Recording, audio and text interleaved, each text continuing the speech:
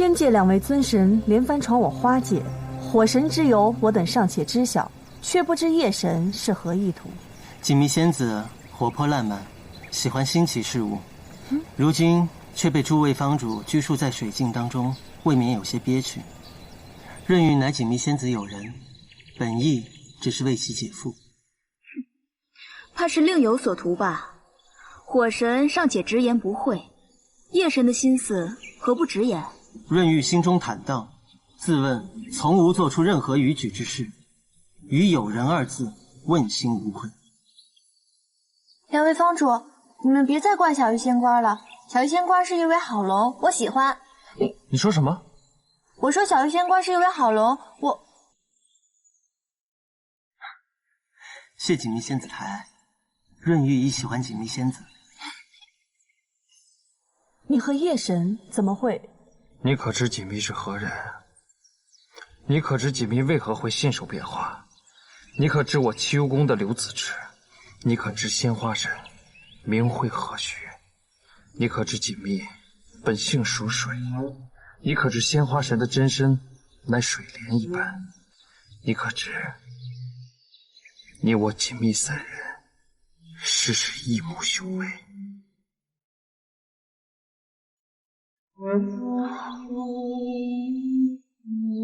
天哪，我一颗葡萄哪来这么多鸟兽亲戚啊？这要是真的话，天后岂不是我后妈了？太可怕了。无妨，就算我们3人是兄妹也好。锦觅仙子，我问你，除了我，你可还喜欢旭凤？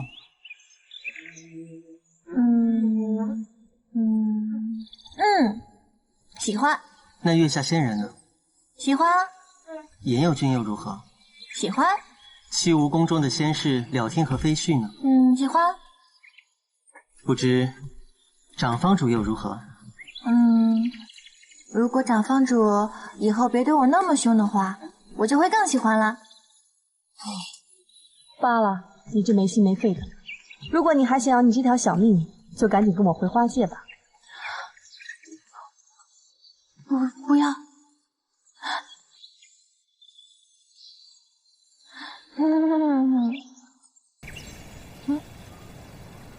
10岁何无用？没想到殿下竟被锦觅迷惑至此，毁了姨母的收成。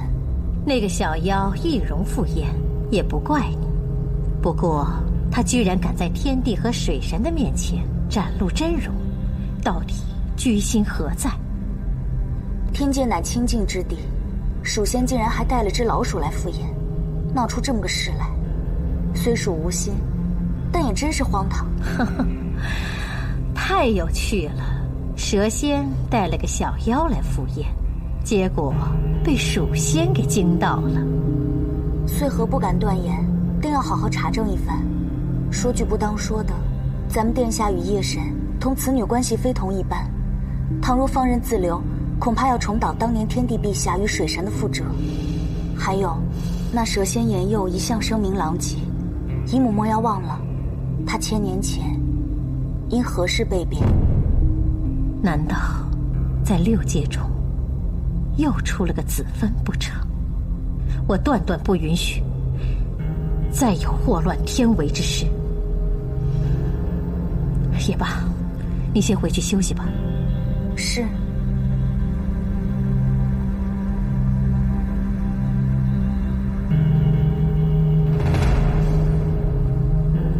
参见天后。你且查一查，今日来赴宴的那些下阶神仙，尤其是12生肖诛仙，一定要严查到底。我看看是哪一个小妖敢惊扰了本座的寿宴。是。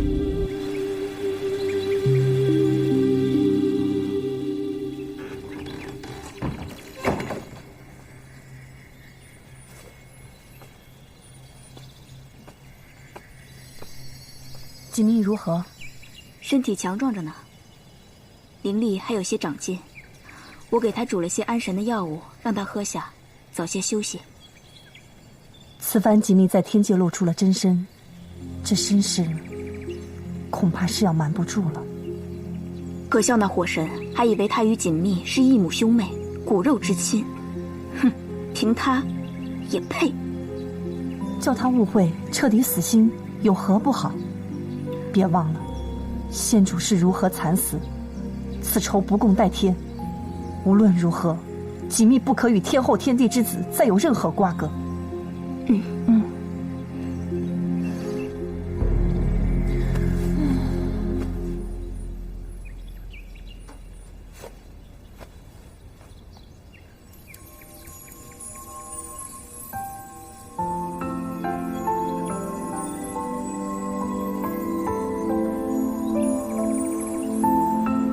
你可知锦觅是何人？你可知锦觅为何会信手变化？你可知我七幽宫的刘子之？你可知鲜花神名讳何许？你可知锦觅本性属水？你可知鲜花神的真身乃水莲一般？你可知你我锦觅三人实是异母兄妹？刘子池跟我变花有什么关系啊？鲜花神真身和明慧跟我有何干？这怎么一转眼，我们三个成异母兄妹了？天后变成了我的后妈啊！凤凰这个思维可真是跳跃。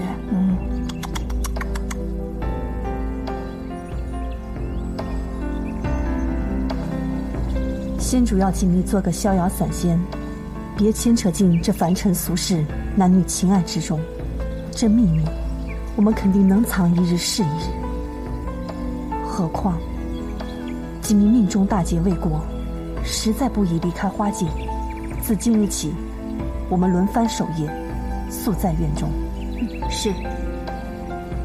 可是现在锦觅的阵容大家都看见了，天地那厮恐怕早晚要来问个清楚。哼，他敢！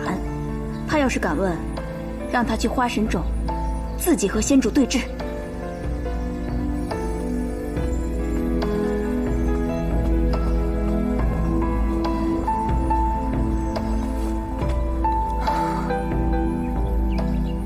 好险呀！虽然听不清他们在说什么，但是应该是照着我的话吧。唉，虽说关在水晶修炼无聊得很，但总比被雷公电母抓去了灰飞烟灭强吧？你说呢，肉肉？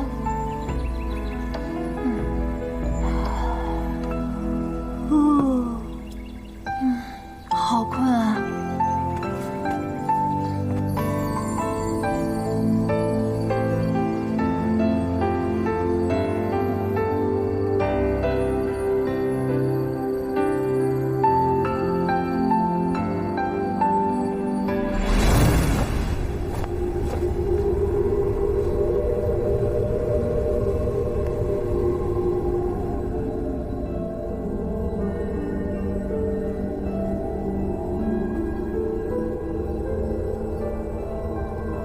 我跑都跑了，梦里还要把我抓回来，怎么天帝跟他老婆一样小气啊？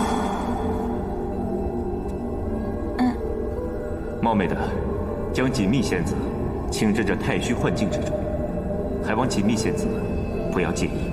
不是找我问罪的，天帝陛下实在是太客气了。哈哈，真没想到啊！居然在梦中跟天帝陛下相遇了，哈哈！此处乃是太虚幻境，乃是仙家魂游修炼之所。偶尔幻境现于凡间，则被凡人称为海市蜃楼，以为是海中天蟾、吐纳之气所成。我初闻此说，也不免为之一笑，以为凡人无知。直到9万年前，我夜游至此，见他踏水而行，步步生莲。隐去之前，他于雾气中那回眸一瞬，我方知晓何为幻境，何为海市蜃楼。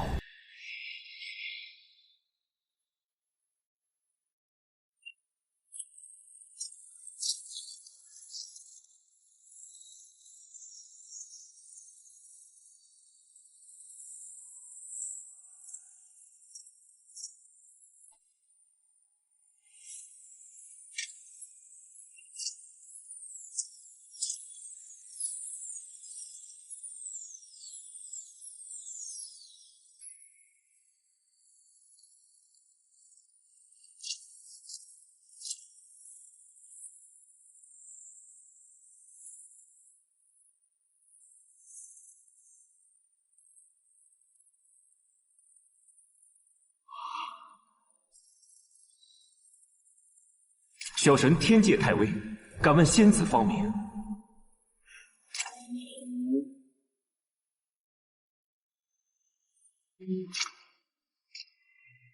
自他逝去，天界从此再无春色。我也许久没有来到此地。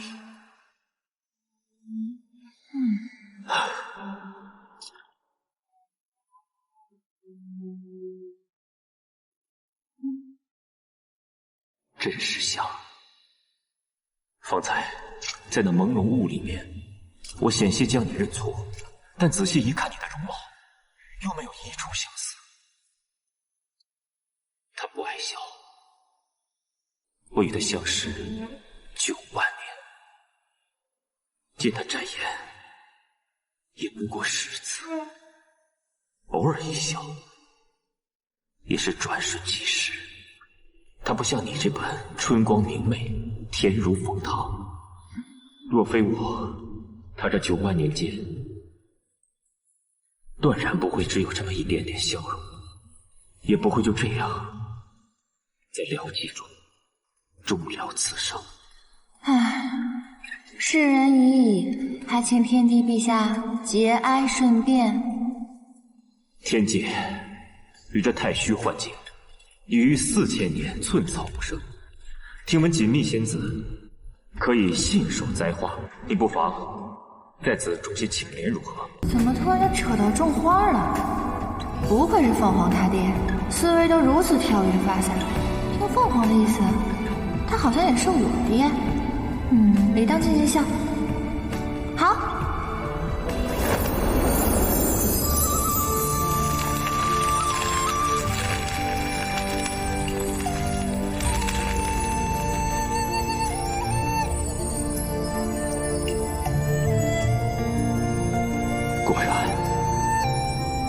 果然，天地节哀，锦觅只能以此来聊表我的劝慰之情了。你可知我方才所言乃是何人？锦觅尚且年幼，且常居水境，这所识之人嘛，都是一些蔬菜水果的。像您说的那种万把年才笑一回的深沉之人，实在没有。不过1日笑10回的肤浅之辈倒是多的是。恕锦觅见识浅薄，不知道天帝所说的是何人。方才所言之人，正是花神子芬。锦觅仙子仙龄4000余岁，难不成没有见过子芬？从没见过。真想不到，他竟然恨我至此，连自己的血脉也不肯相见。天帝陛下，您这话可不能乱说呀！这梦做得太奇怪了，天帝好端端的，为什么要进入我的梦中呢？鲜花神明明是半脸，而我呢却是颗葡萄，怎么会是我娘亲呢？这对父子俩真是一个比一个发散。哎，不对，这明明是我的梦啊！看来是我发散了。不怪这凤凰，白日里净说一些有的没的，入梦太深，该醒醒了。看来不是一般的梦啊。算了，既梦之则安之，难得梦见回天地，不如向他讨一些灵力，做一个灵力大涨的梦，也不算是白梦一场啊。天帝陛下，若是您喜欢看我种花，我可以经常给您种；若是您派我去天界做个花匠亦可。只是这个，怎么了？你有何难处？尽管直言。锦觅呢，灵力不高，虽然平时勤学勉励的修行，但是还是个小精灵而已。栽花种草的伎俩虽略通1、2，但还是要凭借外物之力才能够变换，所以让天帝见笑啦。想必是子芬封住了你的元灵。这样吧，我授你一些灵力，你且回去修炼7期49日，便可修炼出真身。锦觅如何受得起天帝陛下赐予锦觅的灵力呢？好孩子，你我之间本不必如此生分。我授你一些灵力，乃是天经地义之事。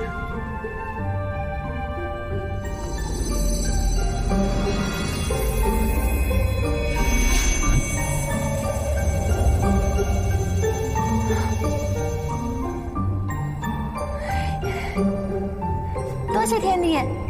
可是你的修为不深，我只能授你5000年的灵力。5000年。啊！多谢天帝，多谢天帝。若非我数万年前一念之差，众方主也不会与天界为敌，你我也不必夜里才能元神相见，真是委屈你了。啊，不委屈，一点都不委屈。来一晚上就给我5000年灵力，你都不委屈，我委屈什么呀？希望这个梦真的不是一个梦啊！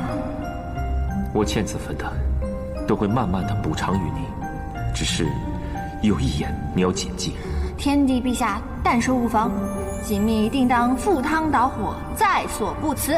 你要切记，断然不可与旭凤、润玉生出男女情谊，你可明白？嗯，天帝放心，举手之劳，举手之劳。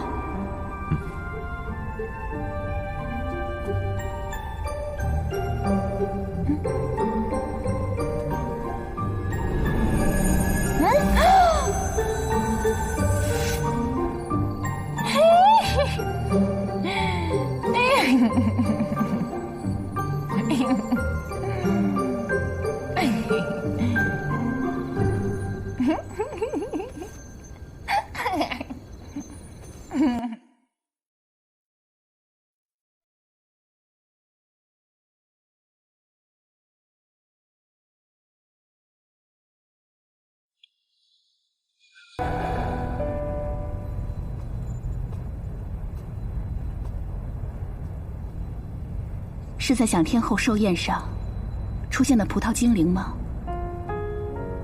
那精灵和他确实有几分神似。因为看见那小精灵，我也会一直一起子分。这许多年，你虽然从未对我提起过子分，但是我知道，在你心里，他从未离开过。林秀，嫁给我，委屈你了。我并非怨你，这些年，你与我相敬如宾，岁月安然，我已知足。只是看到你心结未解，难免替你难过。林秀，若是想他了，就去看看他。好。好了，时候不早了，早点休息吧。你也是。嗯。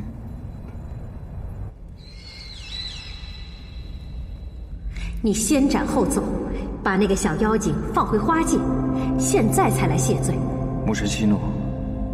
你堂堂火神，尊贵的天地之子，平日里这么多双眼睛都在看着，你却与这等不成体统、连仙级都未入的小妖做朋友，甚至不惜为了这个小妖当众顶撞我怎么能够放心？锦觅多次救过儿臣的性命，也正是因为他的法力低微，儿臣不得不出手相助。锦觅年幼无知，离教生疏，但他并不恶意。你告诉我，你真的只是为了报恩，还是对他生了感情了？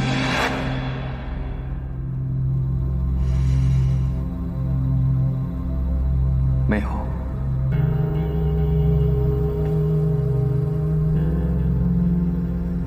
好，那你就答应我，从此不再见那个小妖精，那母神就会宽恕他无罪。昨日，我已在长房主面前承诺，今后与锦觅再不相见，母神可以宽心了。宽心？唉，只有你真正的当上天帝，统领天界，与穗禾成婚生子，牧神才能真正的宽心。牧神又多虑了，儿臣还要赶到教场练兵，先告辞了。若不是我多虑，你能有今日这样的地位？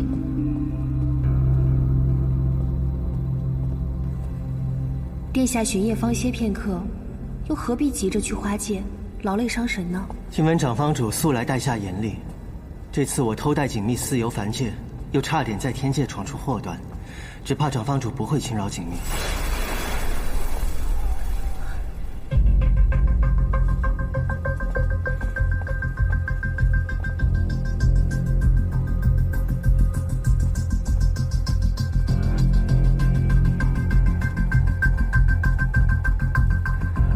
我要去趟花界，你们就不用跟着了。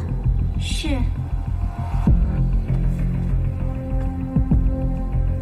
糟了，他定不会轻饶锦觅。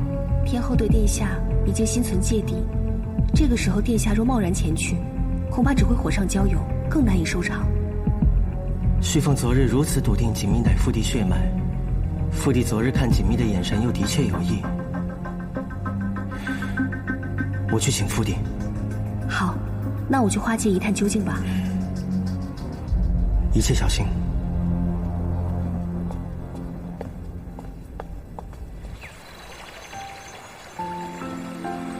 果子精锦觅，此番冒充鲜花神后人，得了天地5000年的灵力，您大人不计小人过，不会怪我吧？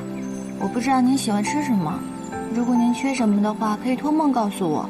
锦觅上刀山下火海，一定会把您伺候的好好的。在这里，我就先谢过鲜花神啦。如此天上掉馅饼的好事儿，其实应该跟大家一起庆祝一下的。不过我不在天界，只能找扑哧君一起来庆祝啦。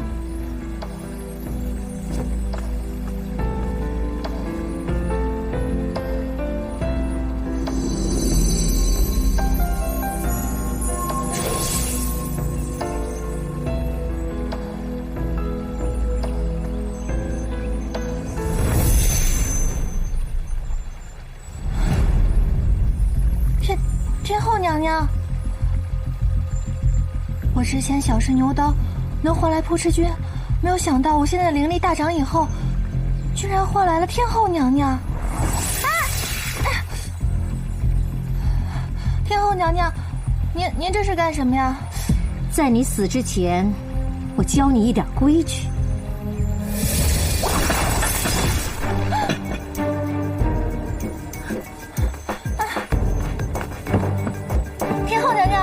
这是干什么呀？这是什么规矩啊？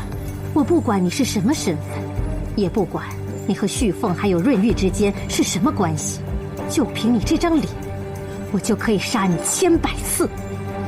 你和子芬还真挺有缘的，死在这里，也算你死得其所了。我不知道你是什么意思。哼，什么时候的事？已经有半个时辰了。母神冲动易怒，若是父帝再晚，只怕锦觅他。锦觅是我的骨肉，我如果贸然出头的话，屠瑶就更不会善罢甘休。这样，你速传本座的口谕，就以你母神受难之后封赏诛仙，大赦天界之名，将你母神召回来。既然是父帝的血脉，那便是润玉的妹妹，请父帝放心，儿臣必当尽全力护持。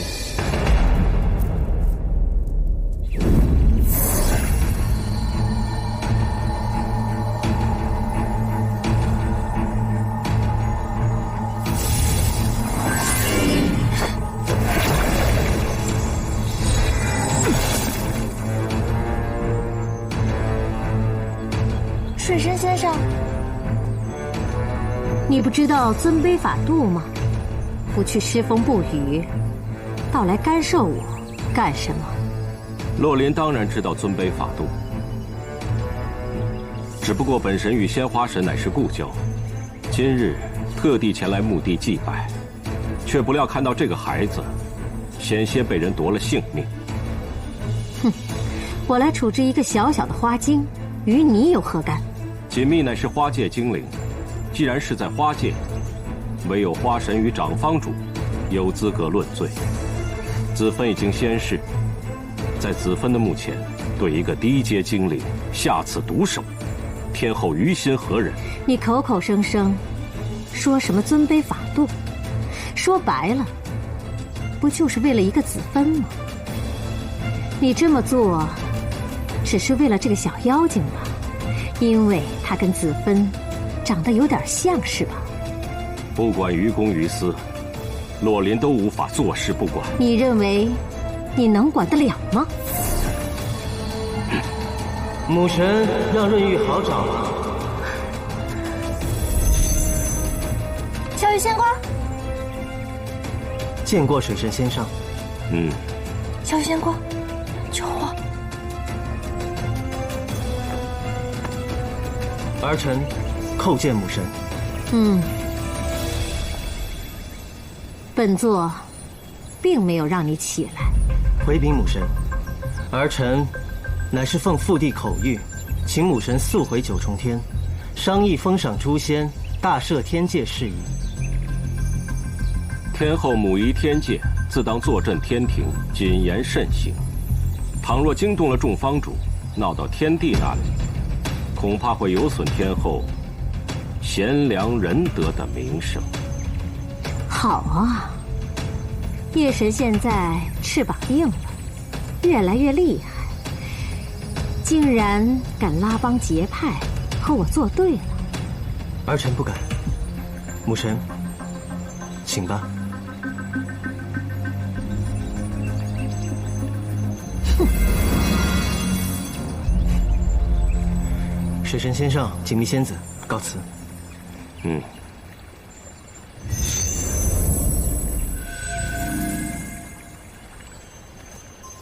多谢水神先生。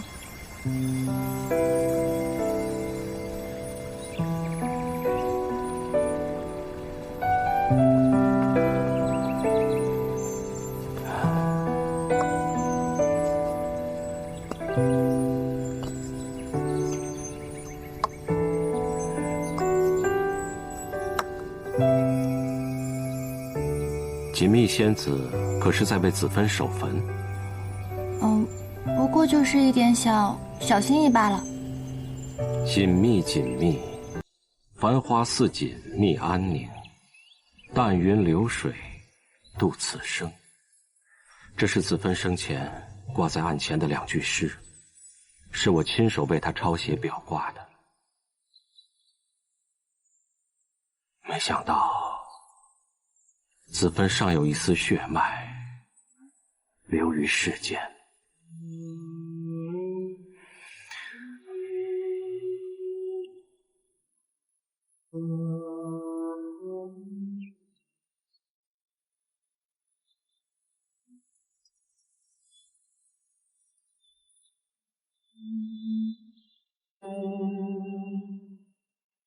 水神先生，若如您刚才所言，锦觅难道真的是鲜花神的，还有天帝的骨血吗？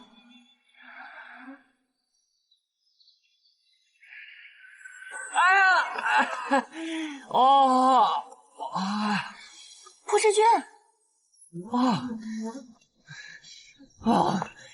锦觅，你每次能不能有点准头啊？早晚被你弄骨折。言有唐突，见过水神先生。言有君可是来花界玩耍？没，言有从来不寻花问柳，是锦觅仙子召唤我，方才闯入花界的。你灵力见长啊！难道水神先生也是你召唤来的？你能召唤言佑君，施的是何咒？我的灵力低下，我用的就是一般的召唤术。言佑君的真身乃是水蛇，锦觅可能换水？之前火神说我体质阴寒，所以让我练习了一些水系术法。冰雹变过1、2次，但未试过换水。那你试试呗。我现在好吧，那我今日就当着水神仙上的面试试吧。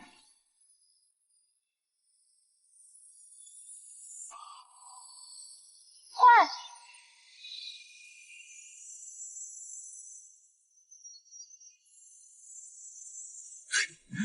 哎，你这个灵力啊，换水还是不行。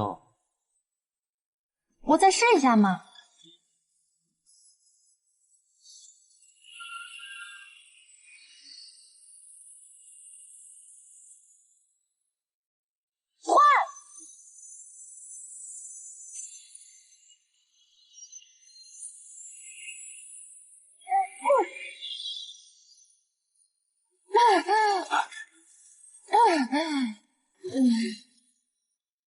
锦觅，你这普通妖精逞什么能啊你？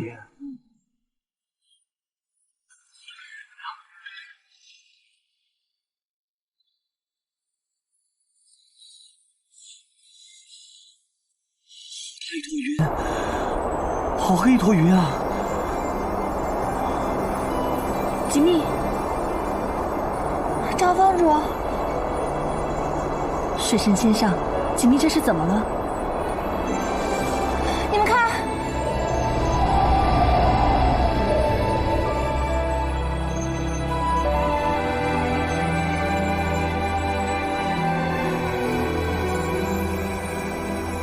下雪了！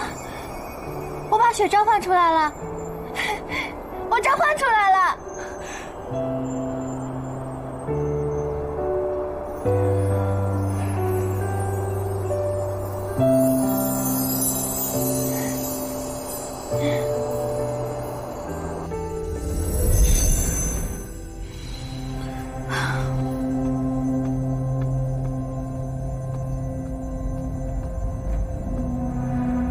殿下，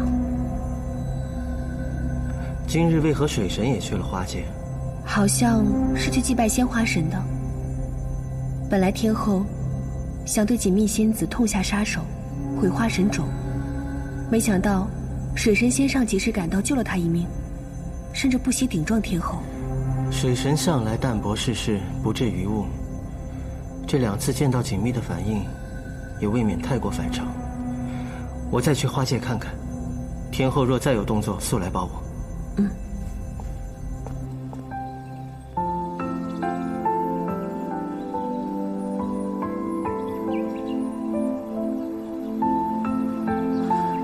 如何？可是灵力耗损太过所致。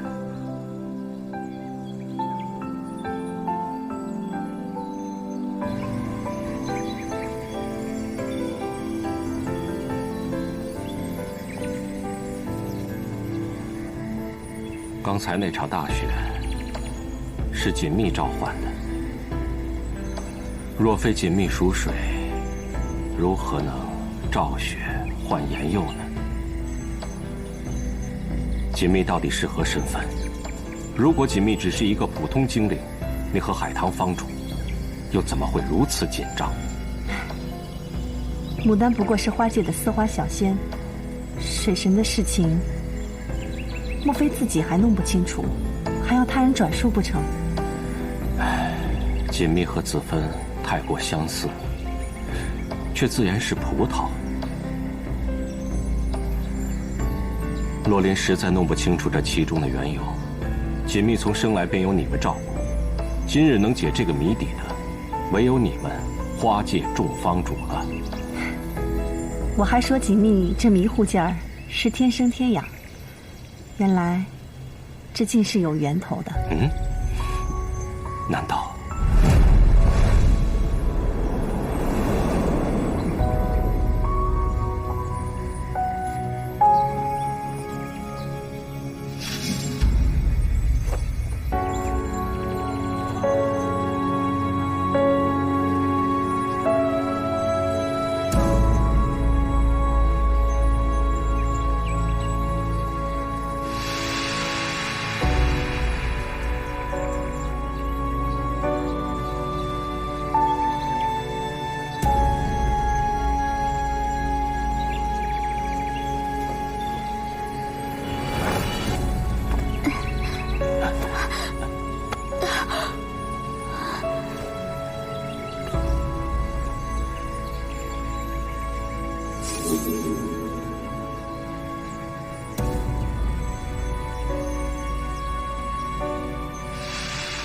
道锦觅真的是？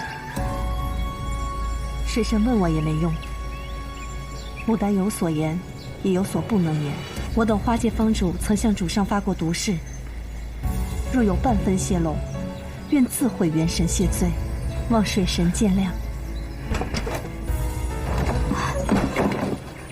锦觅体内真气大乱，水神是否渡了灵力于锦觅？这是本神初次私见锦觅。锦觅体内灵力底蕴深厚，且行走霸道，以我之力，并无法消解呀。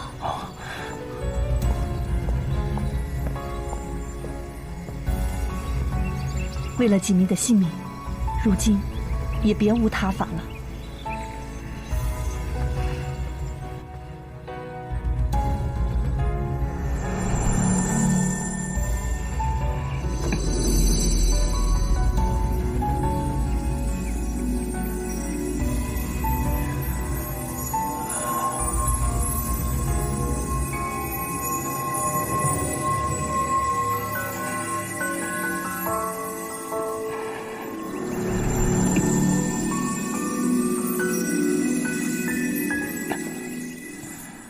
如何？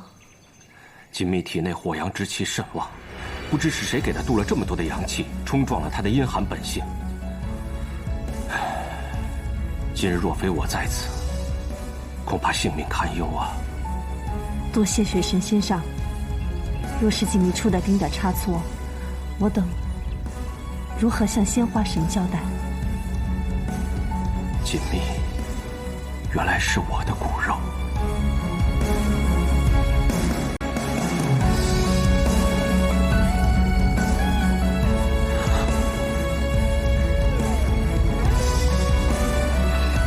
先生一定是误会了，怎么会呢？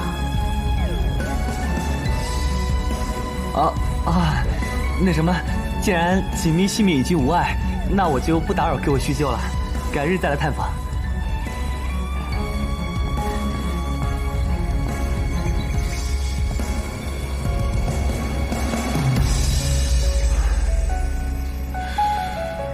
神人背后无是非，哪个神仙没故事啊？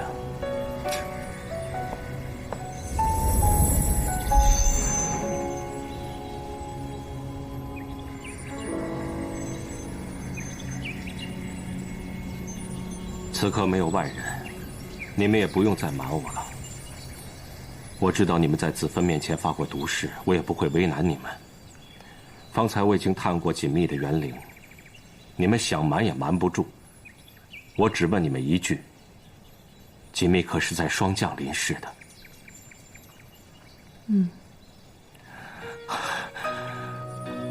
果然。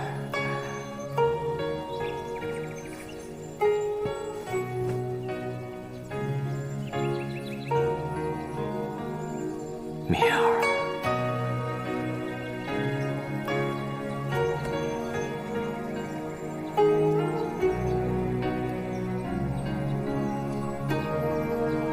这4000年来，我都没有尽过一点做父亲的责任。子芬离魂天外，我有何面目去见他？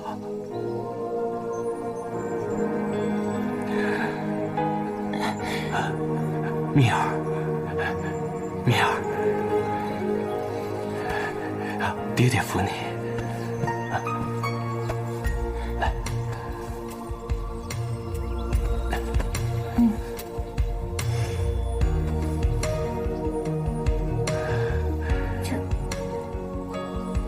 爹爹，先生，您认错人了吧？是爹爹我没有照顾好你。你若不愿意认我，我也绝不会怨你。不是锦觅不愿意认您，是先生您认错人了吧？我就是一个普通的果子精，天生天养的，我就算是想坑蒙拐骗，也不敢找您碰瓷儿啊，是不是？傻孩子，你怎么可能是果子精呢？方才我已经探过你的元灵了，你确实我与子芬的骨血无疑。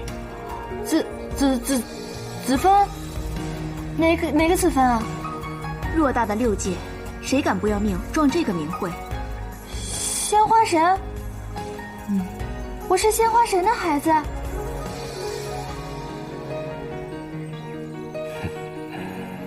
我的妈呀！这梦真的是不可乱做。太虚幻境，我冒充鲜花神的后人，骗了天帝5000年的灵力，果然是遭了报应。鲜花神啊，你老人家大人不计小人过，就饶了我吧！快醒来！1、2、3。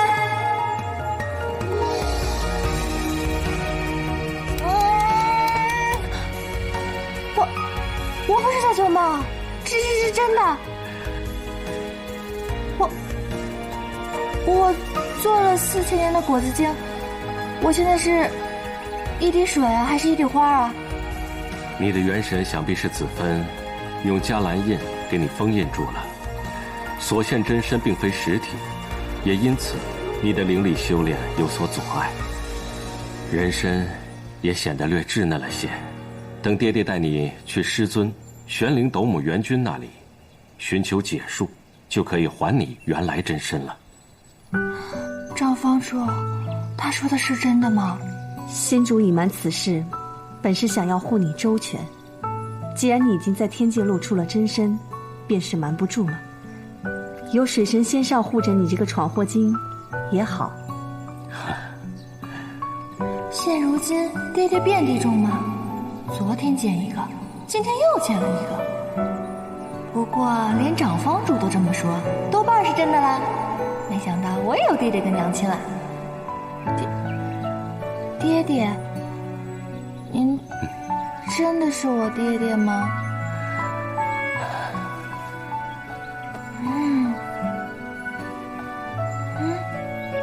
爹爹带你回家，日后爹爹绝对不会再抛下你了，让你一个人孤苦伶仃。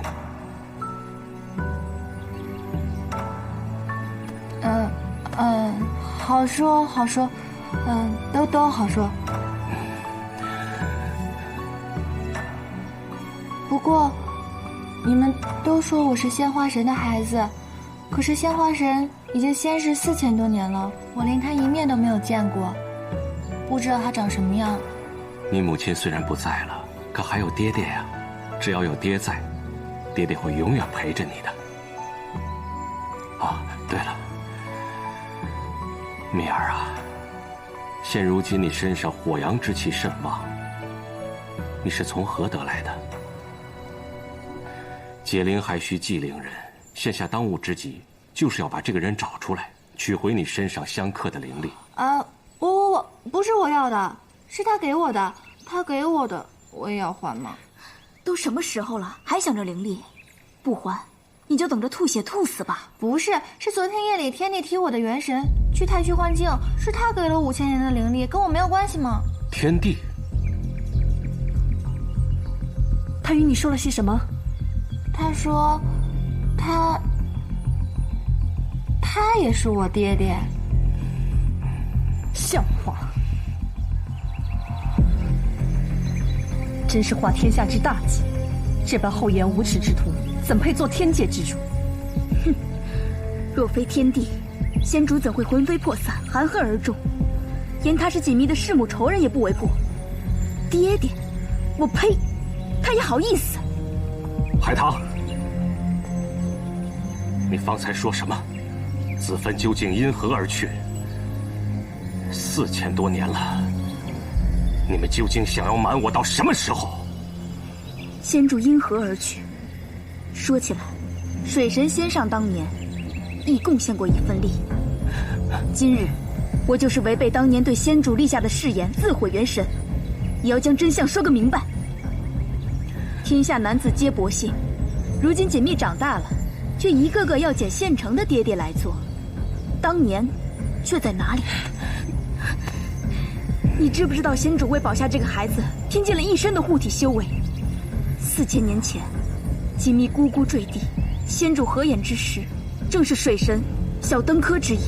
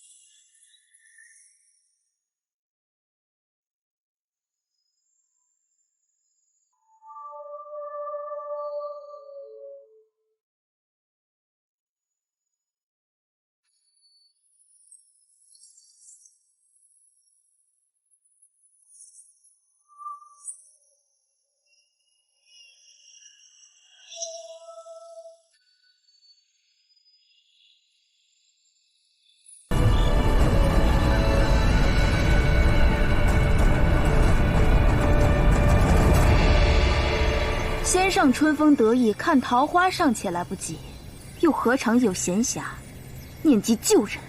够了，海棠，锦觅还在里面。若是让锦觅听到这些，我们万死难辞其咎。锦觅也要被牵扯进这上辈人的恩怨情仇中，何必呢？难道说子芬是死于天元208612年霜降，而不是13年夏至？花界隐瞒子芬死讯近1年，为何？当年，海棠，你连我的话都不听了吗？众房主当年都向先主立过誓言，先生就莫要再逼问了。二位房主，今日小桃桃找回爹爹，千万莫再让他伤了心。现在就进去陪陪他吧。如果先生想要叙旧的话，与我老胡叙叙便是。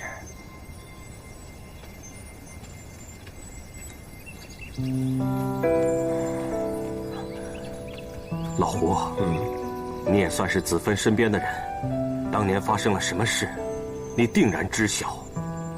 先主既然一直想要保守着这个秘密，恐怕就是不想让先生增加更多的烦恼。不过，既然先生不愿意做一个糊涂的傻瓜，那便做一个伤心的明白人吧。当年天帝还为天界2殿下之时，是如何步步为营的赢得先主的芳心，这个先生恐怕比老朽更为清楚吧。天帝为了顺利登基，与鸟族结盟，娶了鸟族的公主屠瑶为妻，背叛了先主。先主得知之后，是情灭神伤啊！幸亏先上你的仁善，对先主是万年如一日，先主对先上也是日久生情，这本是一件悬崖勒马的好事情啊！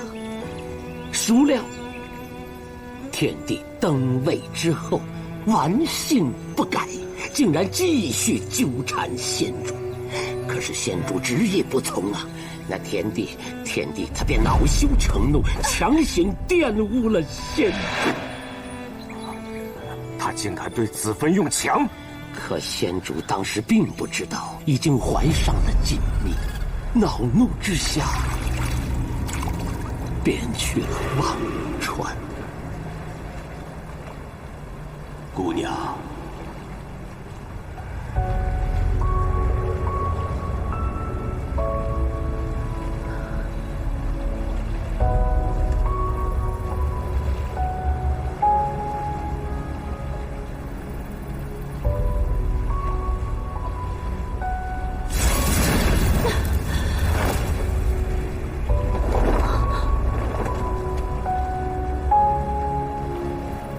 你在我和权位之中已经做出了抉择，你我早已是陌路，如今你又这般羞辱我，让我愧对落离。我只有跳下这忘川，洗清我这一世的耻辱和情伤。先主欲饮忘川之水，忘掉烦恼，被天地阻拦。先主欲跳入忘川，甚至自毁元神，又被天地施法拦截。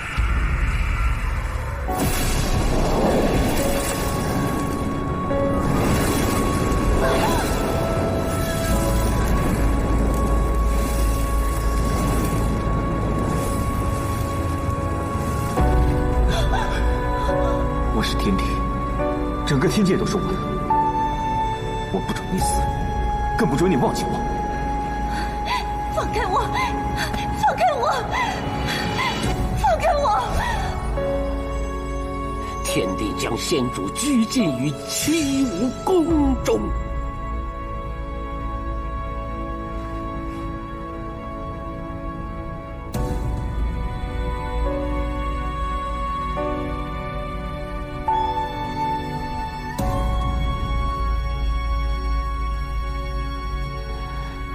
师兄，师兄，师兄，师兄。为让仙主死心，天帝密谋为仙上与封神指婚，并故意让仙主听到。水神封神到，陛下，专程召我和林秀，所谓何事？师兄，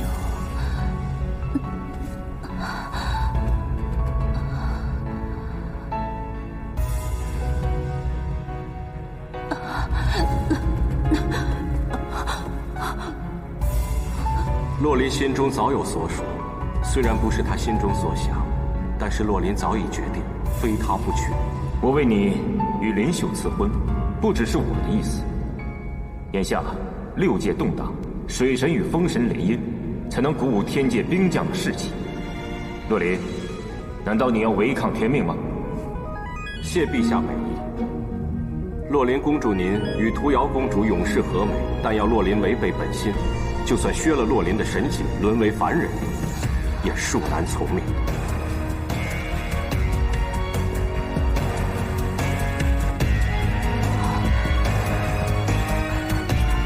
陛下息怒，林秀与洛林自分，同门修炼1000万载，情同手足，实在是不能夺人所爱。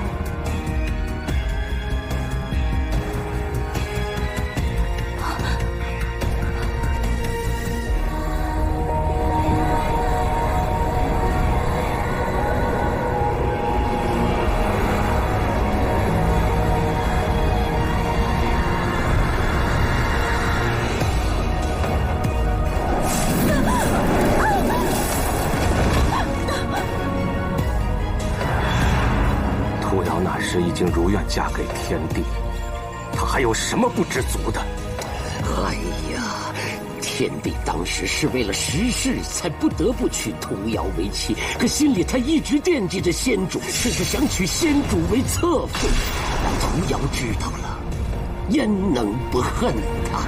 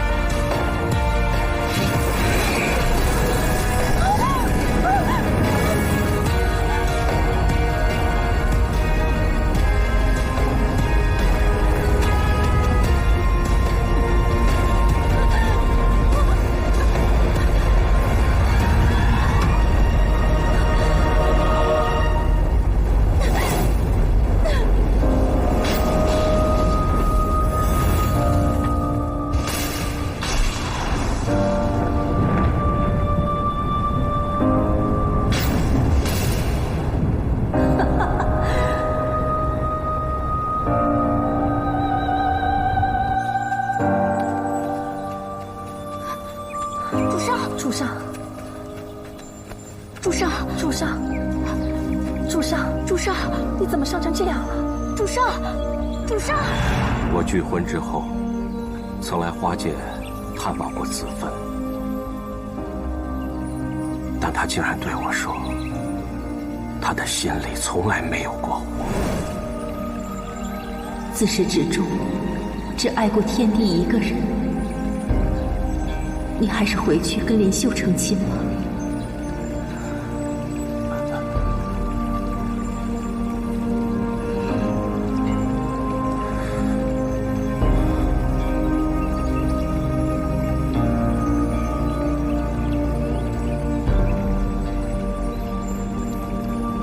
仙主灵元物内也被毒火焚烧至重伤，他自知时日无多，便冷言冷语地对仙上，希望仙上能够放下他。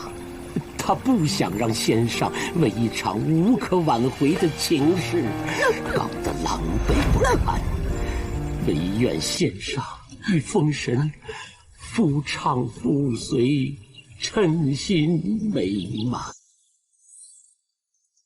我想与子芬一生白头携手，然世事无常，没了子芬，何谈称心美满？锦觅幼时护世，孤苦伶仃，我又怎能原谅自己？定要手刃那毒妇，就算身形俱灭，也要为子芬报仇。是这一意。仙主元神俱灭，就算你为他报仇，他也不可能往生。况且，仙主的遗愿就是希望这花界太太平平的，莫再有冤冤相报。仙主怕小葡萄像他一样，耽于情事，郁郁而终，所以令众房主严守这个秘密，让葡萄终日以男装示人，10000年不得逃出这个水境，并由老夫我时时看管。本以为小桃桃这辈子能快快乐乐，无忧无虑，谁想到天意弄人啊！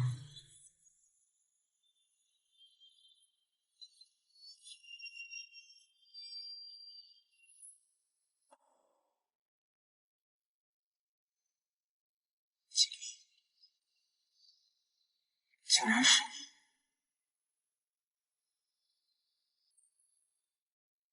你！报仇归报仇，你怎可利用锦觅，将我花界少主置于危难之中？你可知道，那天后险些杀了他？伤他乃天后所为，实非我所愿。我不会再帮你了。难道玉兰方主真的要背约？是你先背信弃义，我早就有言在先，报仇归报仇，绝不能牵扯进我花界众人。既然决定报仇，哪有万无一失？你若但凡再敢给锦觅招来半点伤害，我定不饶你。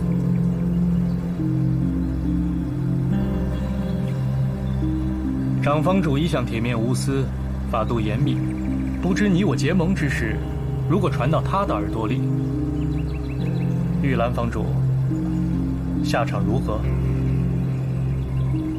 不论如何，如今你我在同一条船上，既已涉水，焉能收手？请好自为之吧。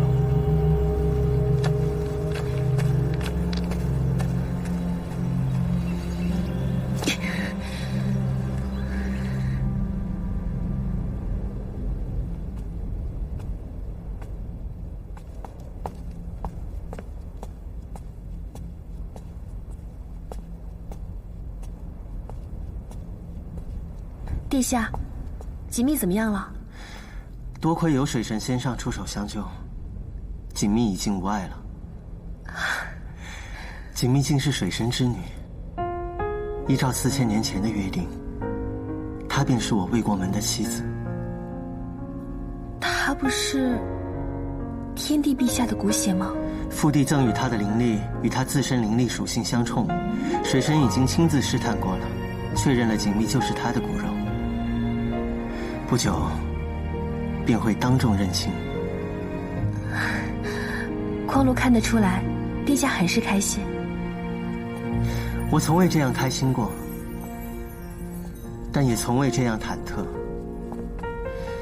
我听着水神与长方主他们谈论起父帝与鲜花神子芬之间的旧日情事，水神对父帝与母神颇有介怀，恐怕未必会应允这门婚事。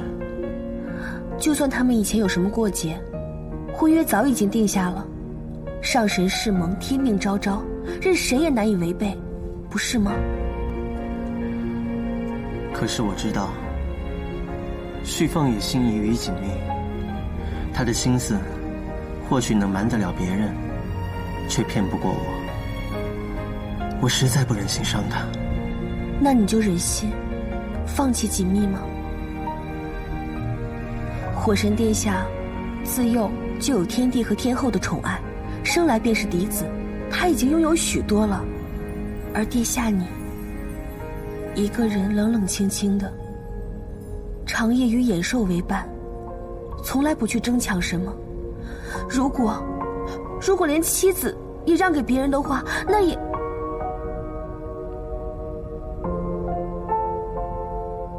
一次，徐峰，我就这一次对不起你。往后我再100次1000次的还你，你会怪我吗？长房主，今日站在这里，你如实给本座交代，锦觅到底是不是本座的姑血？先主英灵在上，陛下问多少遍，牡丹都只有一个答复：锦觅并非陛下血脉。你休要瞒我，子芬乃是天元208613年夏至产后而亡。若按时间推算，锦觅正是本座的骨血无疑。陛下弄错了，锦觅并非夏至出生，而是前一年的霜降日所生。本座知道，当年是本座对不起子芬，令他含恨而终。我也知道，你们都为他抱不平。可是这几千年来，本座一直在找机会，来弥补当年的遗憾。你们也不想看到锦觅变成一个无父无母的孤女吗？陛下莫非忘了，当年先主因何而逝，因谁而逝？就在前几日，天后寻至花界，毁先主方冢，锦觅险些命丧天后之手，陛下不会不知吧？倘若陛下还顾念一丝往日情分，就莫再将先主唯一的血脉置于危境中了。天后那边，长房主尽管放心，我自会去斡旋，让他乃至整个天界都接受锦觅。区区一个锦觅，何敢劳烦天帝费神筹谋？到时帝后失和，天界动荡，锦觅可担待不起。天界多歧路，当年先主以上神之尊都屡遭暗算，何况一个孤弱的孩子？锦觅有花界这方遮风挡雨之处足矣，还请天帝放他一条生路。也罢，此事需从长计议。但你须知晓，虽时过境迁，本座却初心未改。本座有朝一日一定要与锦觅相认，我要风风光光的把她接回天界，也算对子芬的在天之灵有一个交代。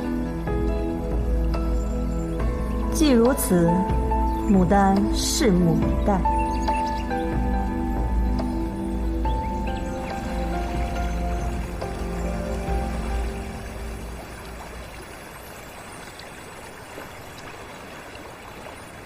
鲜花神，我来看你了。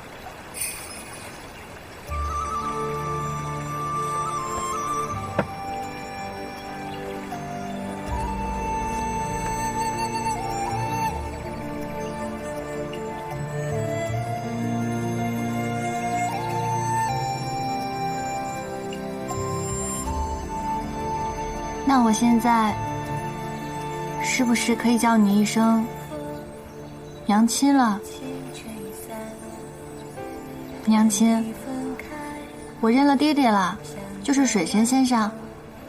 他跟我说你生前最喜欢吃这个鲜花饼，巧了不是？我最喜欢吃的也是鲜花饼。喏，我给你带来了。虽然长得不是很好看，可是是我亲手做的，味道还不错，你别嫌弃啊。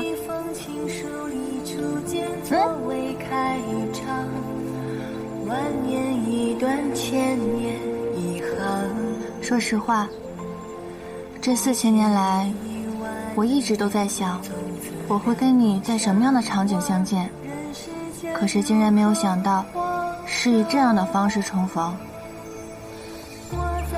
之前我还在想，等见了你，我肯定要跟你说好多好多我心里话。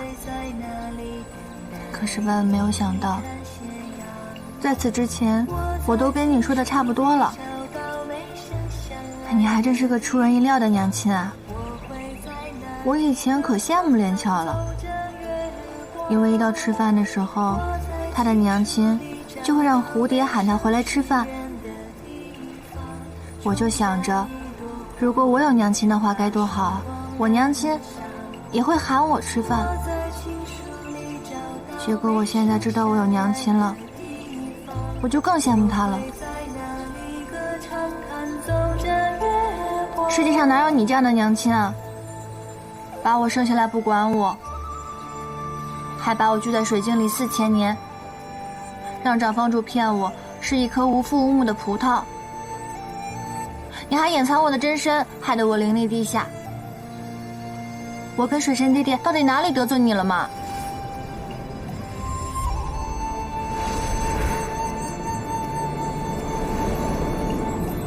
我在情书里找到没生相遇的地方，我会在那里等待，一起看斜阳。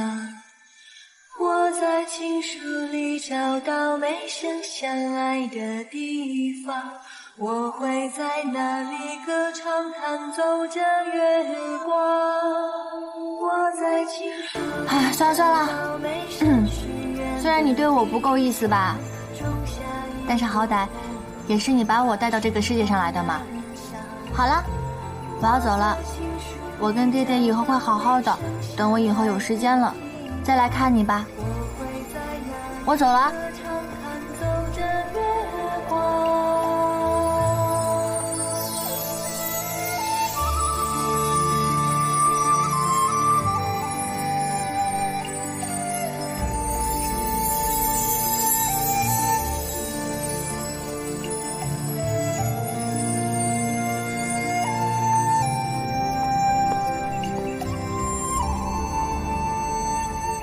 先上，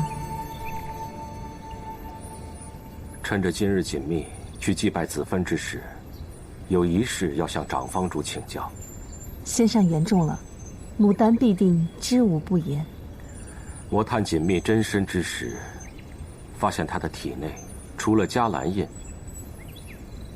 还有另外一道禁制。我问过老胡，他却怎么都不肯说。此事你可知晓？这禁制是先主当年亲手种下的，先主算出锦觅万年内将有一劫，以此给锦觅消灾挡祸。但具体是什么，我们也并不知情。当真？不过还请先上放心，先主当年种下这禁制，全然出自一片父母之心，对锦觅并没有任何坏处，还望先上放心。既然是子芬的意思，罢了。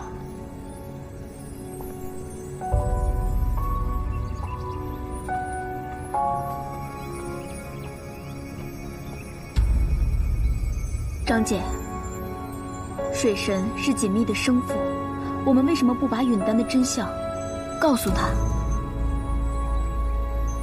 水神先上一向心慈手软，顺应自然。以他的脾性，要是知道这允丹是压制锦觅天性的，多半会将他取出。万一要是应了先主谶语，锦觅遇到了万年情劫，到时候我们又如何向先主交代？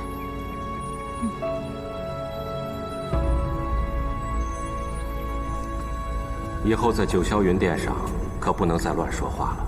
放心吧，弟弟，我就在那儿乖乖的坐着，听你们说话。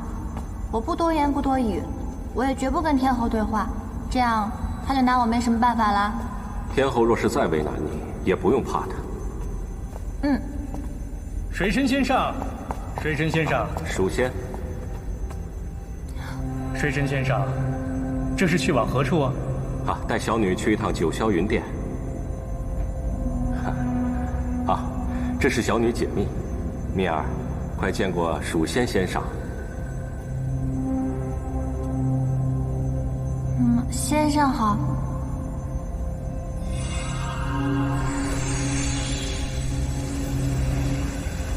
看你行色匆匆，可是要下界？我正要去寻先生。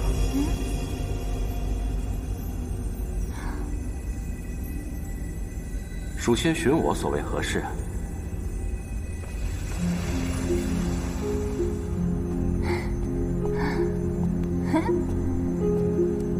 锦觅仙子，小鱼仙光，这么巧，你是要去巡夜吗？还不着急，时候尚早。对了，锦觅仙子前日里返回花界，诸位方主可有为难啊？那就好。锦觅仙子此番来天界，一定要小心。如今天后余怒未消，恐怕会对锦觅仙子不利。此番不如携润玉随行，也好有个照应。小鱼仙官，莫要为我担心了，千万不要因为我耽误你上职。你我说话这功夫，估计已经耽误你挂星布业了吧？并未耽误。承蒙锦觅仙子上回所言，喜欢润玉，润玉打从心底里感激，能为锦觅仙子效劳，自是在所不辞。只是润玉自幼便有婚约在身，恐怕要辜负锦觅仙子的一番美意了。这有什么呀？大家都是朋友嘛。小鱼仙官，就算你有婚约在身，我也照样喜欢你的。我亦喜欢你。